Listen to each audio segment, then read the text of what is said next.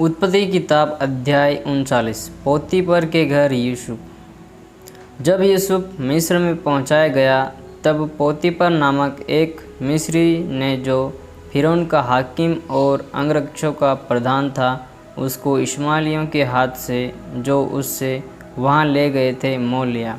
यूसुफ अपने मिस्री स्वामी के घर में रहता था और यहोवा उसके संग था, इसलिए वह सफल पुरुष हो गया।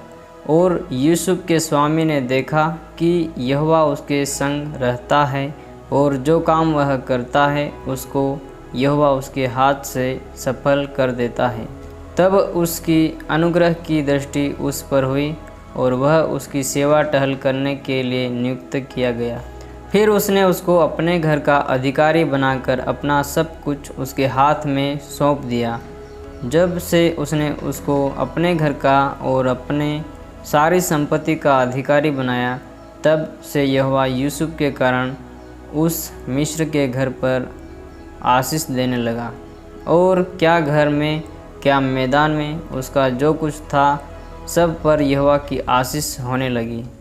इसलिए उसने अपना सब कुछ यूसुफ के हाथ में यहाँ तक छोड़ दिया कि अपने खाने की रोटी को छोड़ वह अपनी संपत्ति का हाल कुछ न जानता था। यूसुफ सुंदर और रूपवान था। इन बातों के पश्चात ऐसा हुआ कि उसके स्वामी की पत्नी ने यूसुफ की ओर आंख लगाई और कहा, मेरे साथ सो। पर उसने अस्वीकार करते हुए अपने स्वामी की पत्नी से कहा, सुन, जो कुछ इस घर में है मेरे हाथ में है, उसे मेरा स्वामी कुछ नहीं जानता और उसने अपना सब कुछ मेरे हाथ में सौंप दिया है। इस घर में मुझसे बड़ा कोई नहीं, और उसने तुझे छोड़ और जो उसकी पत्नी है मुझसे कुछ नहीं रख छोड़ा। इसलिए भला मैं ऐसी बड़ी दुष्टता करके परमेश्वर का अपराधी क्यों बनूं? और ऐसा हुआ कि वह प्रतिदिन यूसुफ से बातें करती रही, पर उसने उसकी न मानी कि उसके पास लेटे या उसके संग रहे।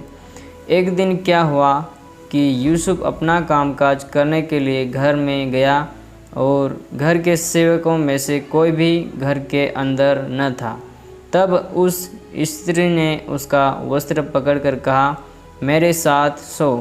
पर वह अपना वस्त्र उसके हाथ में छोड़कर भागा और बाहर निकल गया। यह देखकर कि वह अपना वस्त्र मेरे हाथ में छोड़कर बाहर भाग गया, उस स्त्री ने अपने घर के सेवकों को बुलाकर कहा, देखो, वह एक इब्री मनुष्य को हमारा तिरस्कार करने के लिए हमारे पास ले आया है।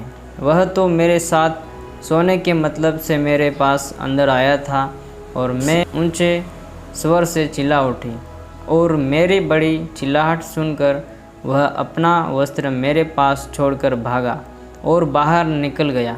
और वह उसका वस्त्र उसके स्वामी के घर आने तक अपने पास रखे रहे।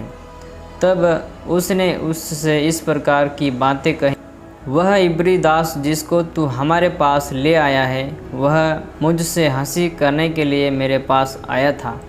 और जब मैं ऊंचे स्वर से चिल्ला उठी, तब वह अपना वस्त्र मेरे पास छोड़कर बाहर भाग गया।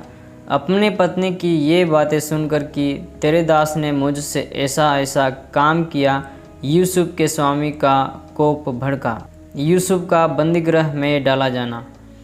और यूसुफ के स्वामी ने उसको पकड़कर बंदीगृह में, जहाँ राजा के कैदी बंदी थे, डलवा दिया। अतः वह उस बंदीगृह में रहा। पर यहोवा यूसुफ के संग संग रहा और उस पर करुणा की, और बंदीगृह के दरोगा के अनुग्रह की दृष्टि उस पर हुई। इसलिए बंदीगृह के दरोगा ने उन सब बंदियों को जो कारागार में थे यूसुफ के हाथ में सौंप दिया, और जो जो काम वे करते थे वह उसी की आज्ञा से होता था। यूसुफ के वश में जो कुछ था उसमें से बंदीगृह के दरोगा को कोई भी वस्तु देखनी न पड़ती थी, क्योंकि यहोवा यूसुफ के साथ था, और जो कुछ वह करता था यहोवा उसको उसमें सफलता देता था।